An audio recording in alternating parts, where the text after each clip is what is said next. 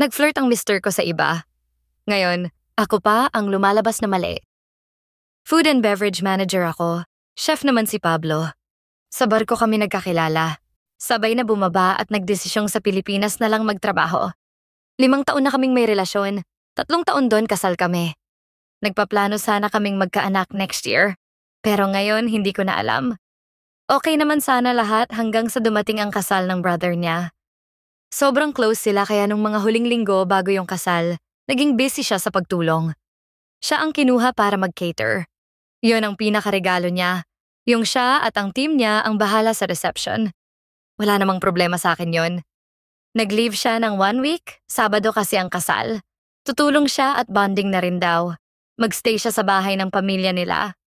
Kilala ko ang kapatid niya kahit hindi kami ganun ka-close, pero yung bride at ang kapatid nun, ilang beses ko palang nakita. Mukha namang okay din ang pamilya ng babae. Hindi ko inaalala.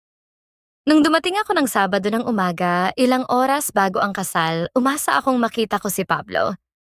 Di ko naman ina-expect na magkakausap kami ng matagal kasi alam kong busy siya.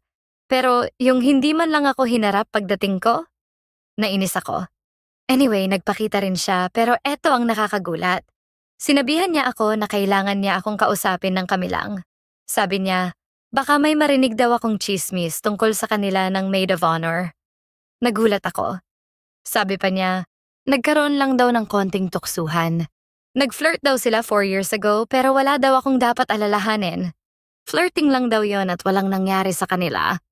Pero teka, anong 4 years? 5 years na kami. Bigla akong napaisip. Di ko muna pinansin kasi baka mali lang siya nang nabanggit.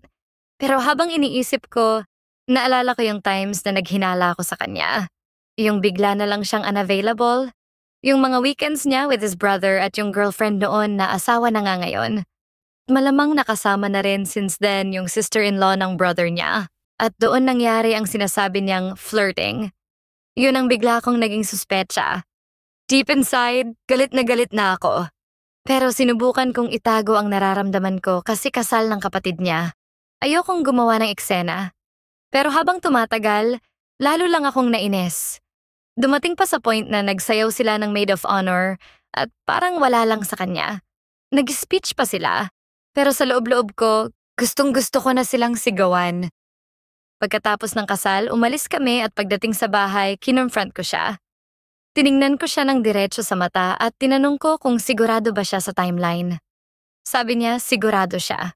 So, pinaalala ko sa kanya na 5 years na kami, so ibig sabihin, niloko niya ako nung kami na.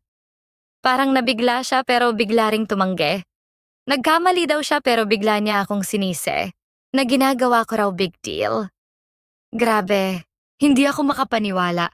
Wala man lang kahit konting pagkakonsensya. Ganun lang kasimple sa kanya. Tapos sinasabi pa niya na parang wala na daw dapat pag-usapan kasi matagal na daw yon. Di naman daw related sa kung ano meron kami ngayon. Wag ko daw palakihin at napaka-immature ko daw para i-big deal pa. Pero mali siya para sa akin. Nag-cheat siya at malaking bagay yon. Wag na wag din niyang sabihin na immature ako, na dapat wag ko nang pansinin. Para kasing lumalabas na kasalanan ko pang nag-aaway kami kasi pinalalaki ko. So sabi ko sa kanya, kailangan ko ng oras para mag-isip. Sabi niya, walang dapat isipin. Pero para sa akin, meron talaga. Ayun, hindi ko na siya inimik. Natulog siya sa sofa. Ako, natulog sa kwarto. Pagkagising ko, wala na siya. Pag-uwi ko from work, wala pa rin. Ayun, bumalik siya sa Antipolo dahil naka-check-in pa dun yung wedding party. Umuwi siya kinabukasan, tapos na ang celebration. Lalo akong nanggigil. Gusto ko nang makipaghiwalay pero ang sabi niya, bakit ko daw itatapon ang pagsasama namin dahil sa pagdududa lang at konting flirtation niya sa iba 4 years ago. Hindi daw literally cheating yon dahil quote-unquote, wala namang nangyari. Sinusubukan niyang mag-text, tumatawag pa, pero di ko sinasagot. Alam kong gusto niyang mag-usap kami, pero ako, di ko pa rin alam ang sasabihin. Mali ba ako sa pag-isip na cheating ang ginawa niya? Ako ba ang mali na gusto ko nang makipaghiwalay? Mukha naman kasing hindi siya aamin kung sakaling may iba pang nangyaring cheating dahil nagkataon lang na nahuli ko siya ngayon. Wala na akong tiwala sa kanya.